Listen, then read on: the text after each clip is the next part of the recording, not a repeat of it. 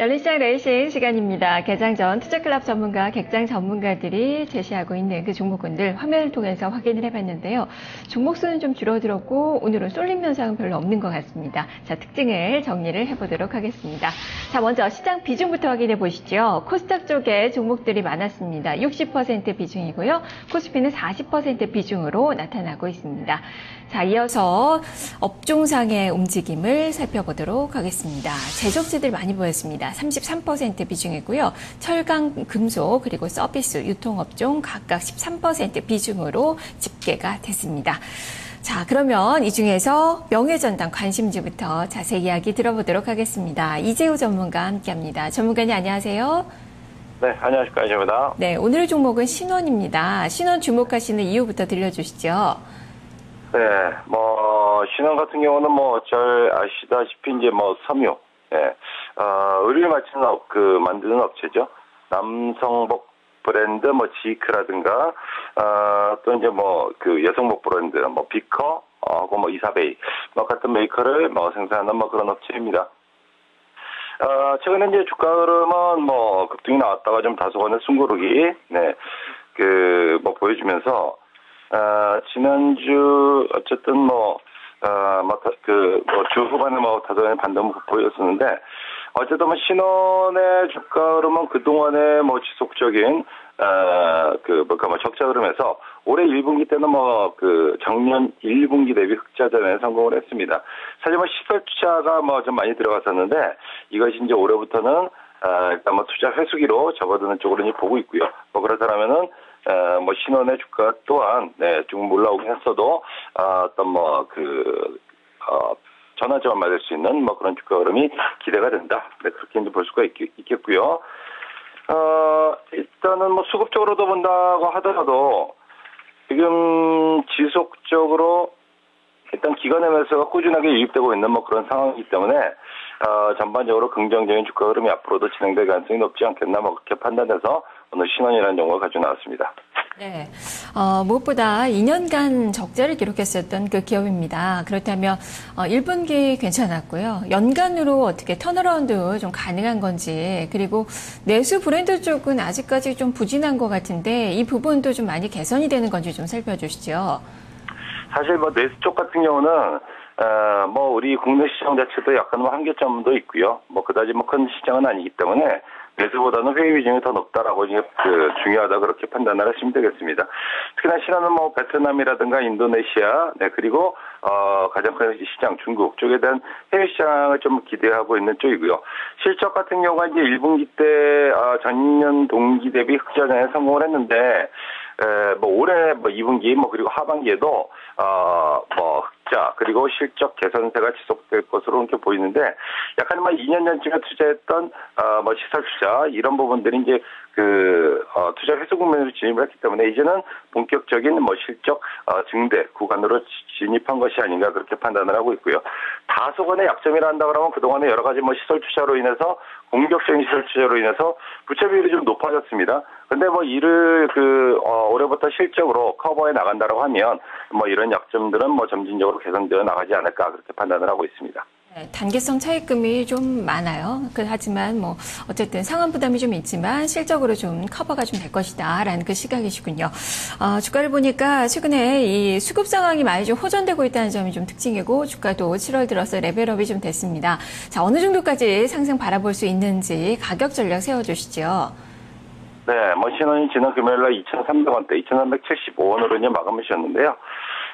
사실은 지난주 초반에 급조정 끝에 이제 반등을 들어왔고, 다시 이제 11일 평선에 대한 부담이 있기 때문에 한번 눌림 조정 시 이제 매수하는 것이 좋다라고 판단이 되는데, 그래도 일전에 한번 이제 알톤 스포츠를 추천했는데 매수가 안 돼가지고 좀 아쉬운 감이 있었습니다. 그래서, 지난 금요일 종가인 2,375원으로 매수가는 정리를 해드리도록 하겠고요. 목표 가격은 3,500원으로 중기적인 목표가 제시하겠습니다. 손절 가격은 2,100원 말씀드리고요. 알겠습니다. 말씀 잘 들었습니다. 네, 감사합니다. 네, 이재우 전문가와 함께 신원에 대해서 살펴봤습니다. 이어서 지점의 관심주로 넘어가 보겠습니다. 자, 오늘은 신한금융투자 삼성역 지점으로 가보죠. 안동균 차장입니다. 차장님 안녕하세요. 네, 안녕하십니까. 네, 오늘의 종목 스카이라이프입니다. 자, 이 종목 추천 포인트부터 살펴주시죠. 네, 추천 포인트 말씀드리면 2분기를 저점으로 해서 이제 하반기부터는 실적 개선이 이제 기대되고요. 그리고 월간 순증 가입자 수가 이제 증가세로 전환했습니다. 그렇기 때문에 어느 정도 외형 성장 역시도 다시 재개할 수 있다는 어떤 기대감 가져볼 수가 있겠고요. 그리고 스카이 UHD 본격화와 그리고 DCS라 그래가지고 접시 없는 이제 위성 방송 서비스 재개 가능성 이런 것들을 우리가 염두에 둔다면 지금부터 좀 매수해 볼 수 있는 그런 가격대다라고 말씀드리겠습니다. 네, 간략하게 설명을 해주셨는데요. 여기서 좀 중요한 점들 좀 자세히 설명을 부탁드릴게요. 네, 아무래도 그 월 순증 가입자가 이제 그 2분기의 초였던 4월 3,969명 정도밖에 되지 않았습니다만 5월과 6월에 다시 이제 순증 가입자가 10,000명 선으로 회복하는 그런 모습을 보여줬습니다. KT 전체 순증 가입자 중에서 그 올레 TV 스카이라이프 이 OTS라 그러는데요. 이 결합 상품 비중도 이제 6월에는 23.6%로 다시 증가하는 그런 모습을 좀 보여주었고요.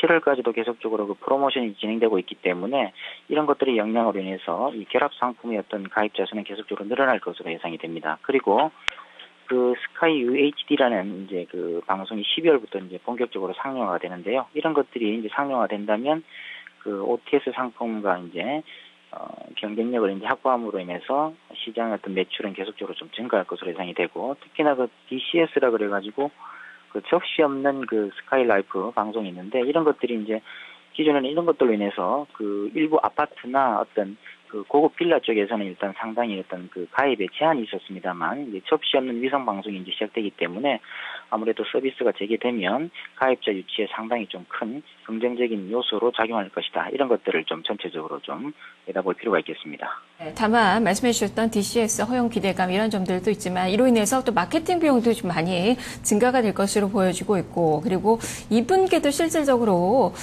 실적 좀 좋지 않을 것이라는 그런 전망들이 좀 많이 나오고 있는데요. 그런 부분들은 좀 주가에 다 반영이 됐다라는 시각이신 건가요? 네, 일단은 주가에 어느 정도 반영이 됐다고 보고요. 2분기를 말씀드렸지만 2분기가 이제 저점으로 일단 예상이 됩니다. 따라서 2분기가 이제 상당히 좀 그 실적이 좋지 않을 것이라는 그런 내용들 때문에 4월과 5월 달에 상당히 좀 주가의 모습이 안 좋았습니다만, 다시 이제 그 하반기부터는 본격적인 어떤 실적, 외형 성장 이런 것들이 이제 기대됨으로 인해서 주가의 모습은 다시 또 긍정적인 모습으로 지금 나타나고 있습니다. 지금 약간의 어떤 27,000원대 부근에서 밀려서 지금 현재 24,000원대의 어떤 가격을 형성하고 있습니다만, 이 가격대라면 충분히 하반기를 염두에 두고 공략해 볼 수 있는 가격대라고 말씀드리겠습니다. 최근 조정을 좀 보이다가 60일선이 좀 지지를 받고 있습니다. 계속해서 60일선 좀 신뢰를 가져볼 수 있는지 가격 전략도 세워주시죠. 네, 지금 현재 그 전일 종가가 24,900원에 이제 종가가 됐는데요. 24,000원대까지는 말씀하신 대로 그 60일선의 어떤 가격 지지를 염두에 두고 24,000원대까지는 그 눌릴 때마다 매수 관점으로 좀 접근해 볼 수 있겠습니다. 일단은 목표 가격은 이제 그 많은 증권사나 NL 쪽에서 35,000원에서부터 30,000원까지 이렇게 얘기하고 있는데, 30,000원 정도까지는 다시 재차 상승할 것으로 예상이 되기 때문에 목표가는 30,000원으로 제시를 하겠고요. 최근에 그 20,000원대 중반을 찍고 이제 상승했던 가격대인데요. 22,000원대가 이제 다시 재차 상승하는 그런 모습을 보여주었기 때문에 22,000원이 붕괴되기 전까지는 홀딩하는 전략을 제시하겠습니다. 따라서 손절가는 22,000원으로 제시하겠습니다. 네, 알겠습니다. 말씀 잘 들었습니다. 네, 감사합니다. 네, 안동근 차장과 함께 스카이라이프 살펴봤습니다. 두 종목 다시 한번 가격으로 정리를 해보겠습니다. 자, 먼저 지점의 관심주 스카이라이프입니다. 목표 주가 3만 원으로 제시가 됐고요. 손절 가격 22,000원으로 제시가 됐습니다. 앞서서 점검해봤던 명예전당 관심주는 신원이었습니다. 목표 주가 3,500원, 손절 가격 2,100원으로 제시가 됐습니다. 열린 시장 레이싱이었습니다.